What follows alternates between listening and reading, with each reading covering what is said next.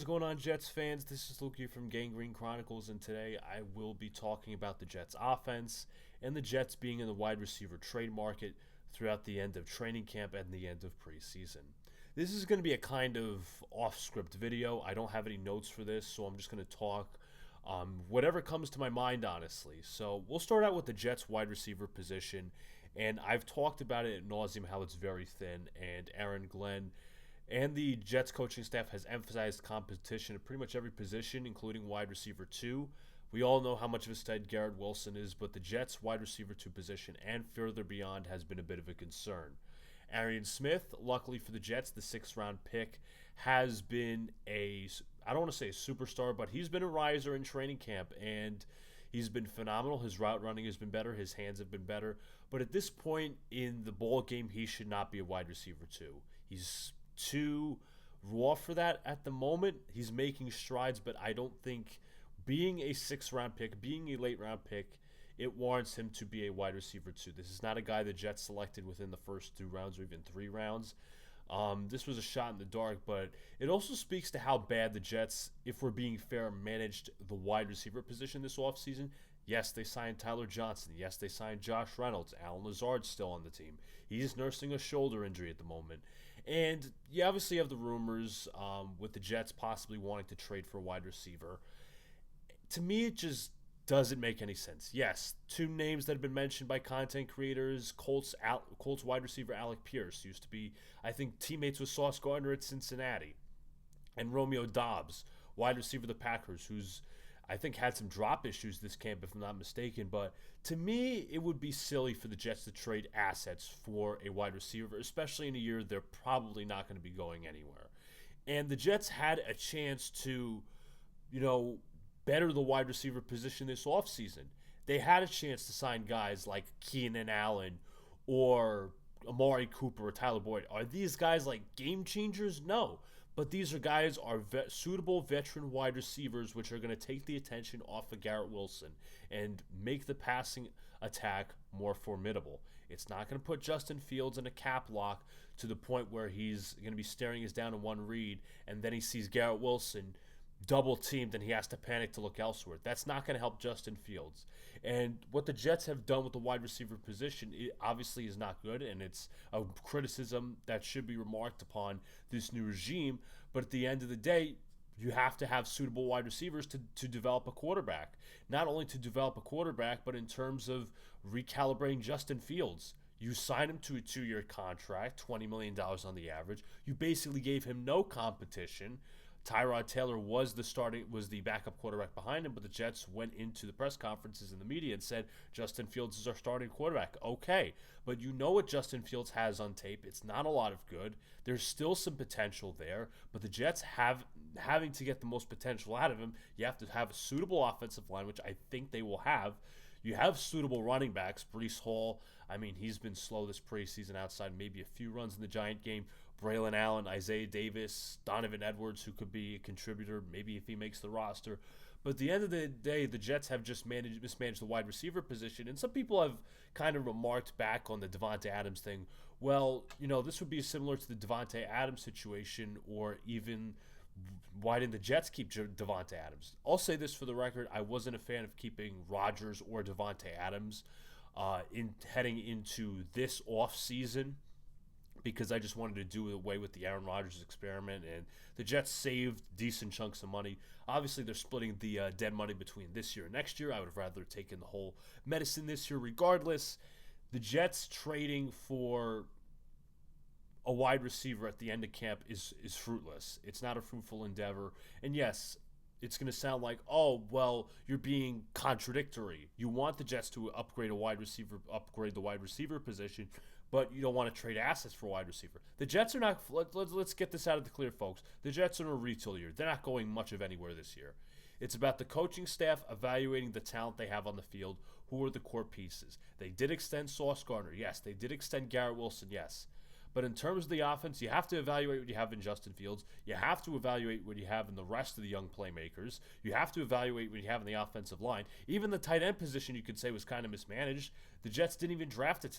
Besides Mason Taylor, that you could argue the Jets could have drafted 2 tight ends. The Jets could have drafted a wide receiver. There's plenty of wide receivers. And it's troubling because, once again, you're trying to recalibrate a young quarterback. You need as much weapons as possible, as much speed as possible. You want to make the offense as easy as possible for Justin Fields. And that's now we're going to get into him. Justin Fields. Solid first game against the Green Bay Packers.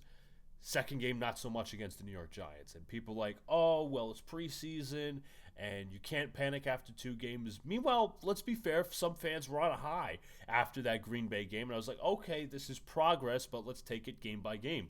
And I said that Justin Fields would be facing a top front in the Giants. They are a phenomenal front 7. They have depth. They have lots of young players. You have Brian Burns, Kayvon Thibodeau. You also have Abdul Carr, who's phenomenal off the edge. Dexter Lawrence in the middle. Chauncey Golston as a nice edge rusher as well in terms of the rotational guys. A lot of guys in the front 7, and Justin Fields didn't play well. Accuracy was off.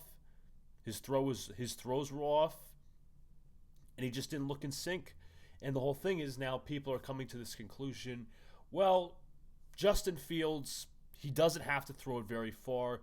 The Jets going to have a very good running game as long as Justin Fields gives what the defense takes, or takes what the defense gives him, and all these different things. And I've seen people say, oh, well, Tom Brady made a career out of taking what the defense gives him. Patrick Mahomes takes what the defense gives him. Okay, sure. But Patrick Mahomes and Tom Brady can read a defense and air the ball deep. We all know that Justin Fields has the raw potential.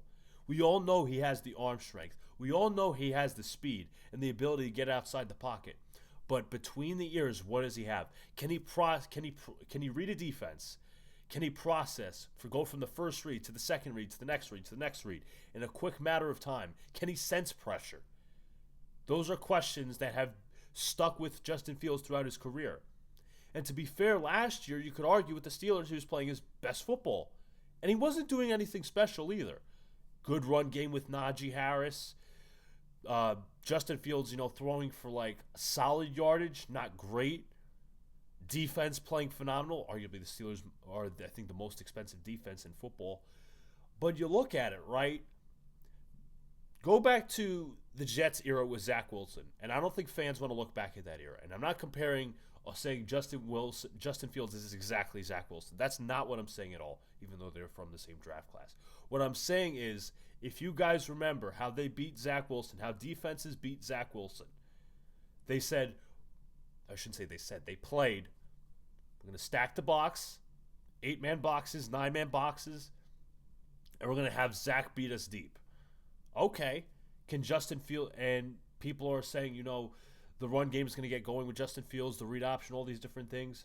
Well, Justin Fields can beat a defense deep. He has the arm strength. Again, same thing as Zach Wilson. He has the arm strength. Justin Fields can run too.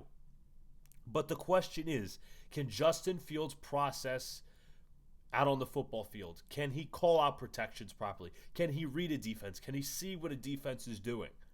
Can he read a blitz? Can he sense pressure?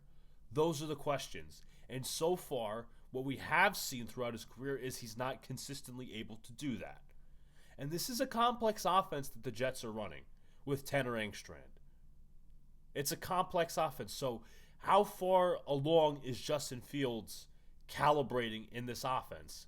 Are they, and yes, I get it. They're not going to show everything in preseason. I completely understand that. But in order for people to say, well, Patrick Mahomes took what the defense gave him, same thing for Brady, well, that's about Justin Fields too. Can he be accurate? Can he make the simple passes look easy? That's another comparison to Zach Wilson, unfortunately. You can have the raw talent in the world. Do you have the brains? Do you have what's in between the ears?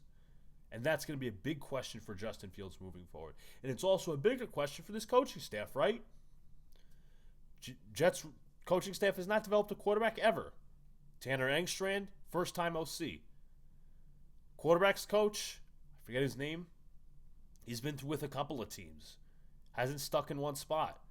This Jets coaching staff does not have experience of developing a quarterback or recalibrating a quarterback.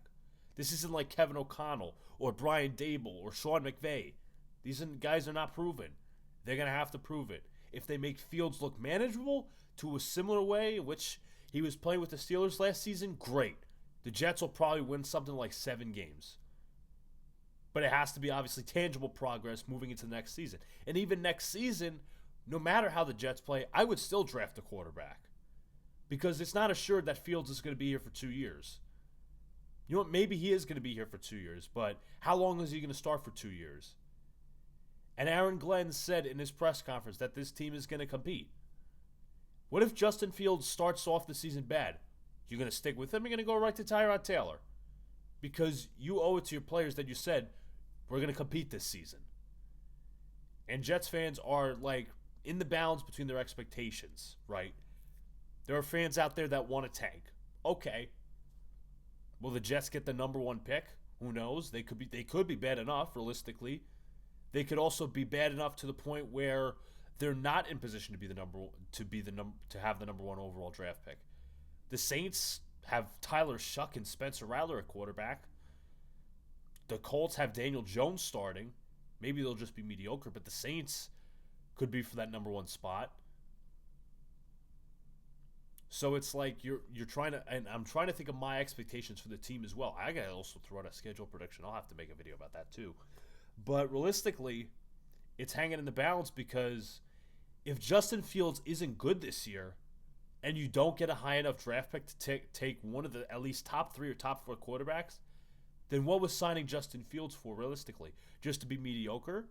And you go back to the year, just go back to the rookie season of Zach Wilson, Robert Saleh, Mike LaFleur. Was that like tangible progress? Was that like a good rookie season? We're like, okay, we see where the foundation is, we're moving on. That's what I want to see with the Jets this season. That just expands beyond the offense. But I primarily believe, now I'd say the defense, put aside the offense for a second, the defense is probably going to be like around mid-tier. They're probably going to be middle of the pack. Is that the worst thing in the world? No. Is that the best thing in the world? No. Because the Jets, for the past few years, were a top defensive unit. Obviously, they were worse after they fired Robert Saleh last season, but that's a whole other thing. But you look at the defense, they lack depth at the defensive tackle position. Their safety room is still a bit sketchy, in my opinion. Malachi Moore, I don't think, is ready yet to say you can fully start. Tony Adams, not good. Andre Sisco, average. But regardless, put away the defense, back to the offense. I think the offense is going to be the X factor. I think the coaching is going to be the X factor. The offense and the coaching this year will tell the tale of how the Jets are going to play this season, of what the record is going to be this season. If they get 7 wins and get good progress out of Justin Fields, you could say, okay, well, there's something there. Because the Jets have some winnable games in the schedule. It's about the progress of Justin Fields. What if the Jets win 5 games and Justin Fields is not good, and the Jets coaching staff took a risk that they shouldn't have? You would be at the same point as you were last season. You won the same amount of games, and you don't get a top draft pick. You would have fans that are pissed off. Because for a while now, the Jets have not been able to get a top quarterback in their classes. I don't think the Jets should have drafted a quarterback in the first round this year. I'll continue to say that. Maybe they should have in the late rounds because of Tyrod's injury history, and maybe just a quarterback just to sit behind and watch and redshirt. Obviously, I hope that's not Brady Cook, but regardless, I just don't. My final point is the Justin Fields has to be able to beat these guys, beat the opposing defenses deep, and be able to read a defense. I don't know how they're recalibrating Justin Fields to play, but this whole notion of, well, Patrick Mahomes took what the defenses gave him. So did Tom Brady. Okay, Tom Brady could read a defense. He can manipulate defenses. So could Patrick Mahomes. He could beat him deep too. But I just think that these Mahomes-Brady comparisons, not in terms, again, obviously, fans are not saying Mahomes and Brady, or I should say Fields, are like Mahomes and Brady. They're not. There's 2 completely different classes of quarterback and 2 different skill levels. But I just don't get the notion behind, well, Justin Fields can take what the defenses give him. Sure, they can, but you have to make the simple throws. And then you have to make throws beyond that. There's levels to this. I just don't know if he's going to have that progression this year. And this is a guy coming from a guy that wanted to sign Justin Fields. And I knew the risks.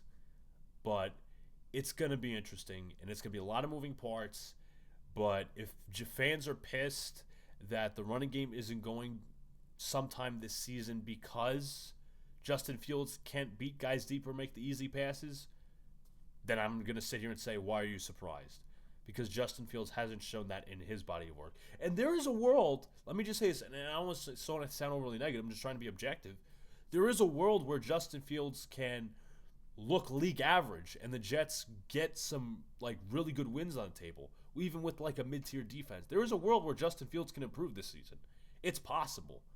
But you just don't know because you have a coaching staff who's never developed or recalibrated a quarterback.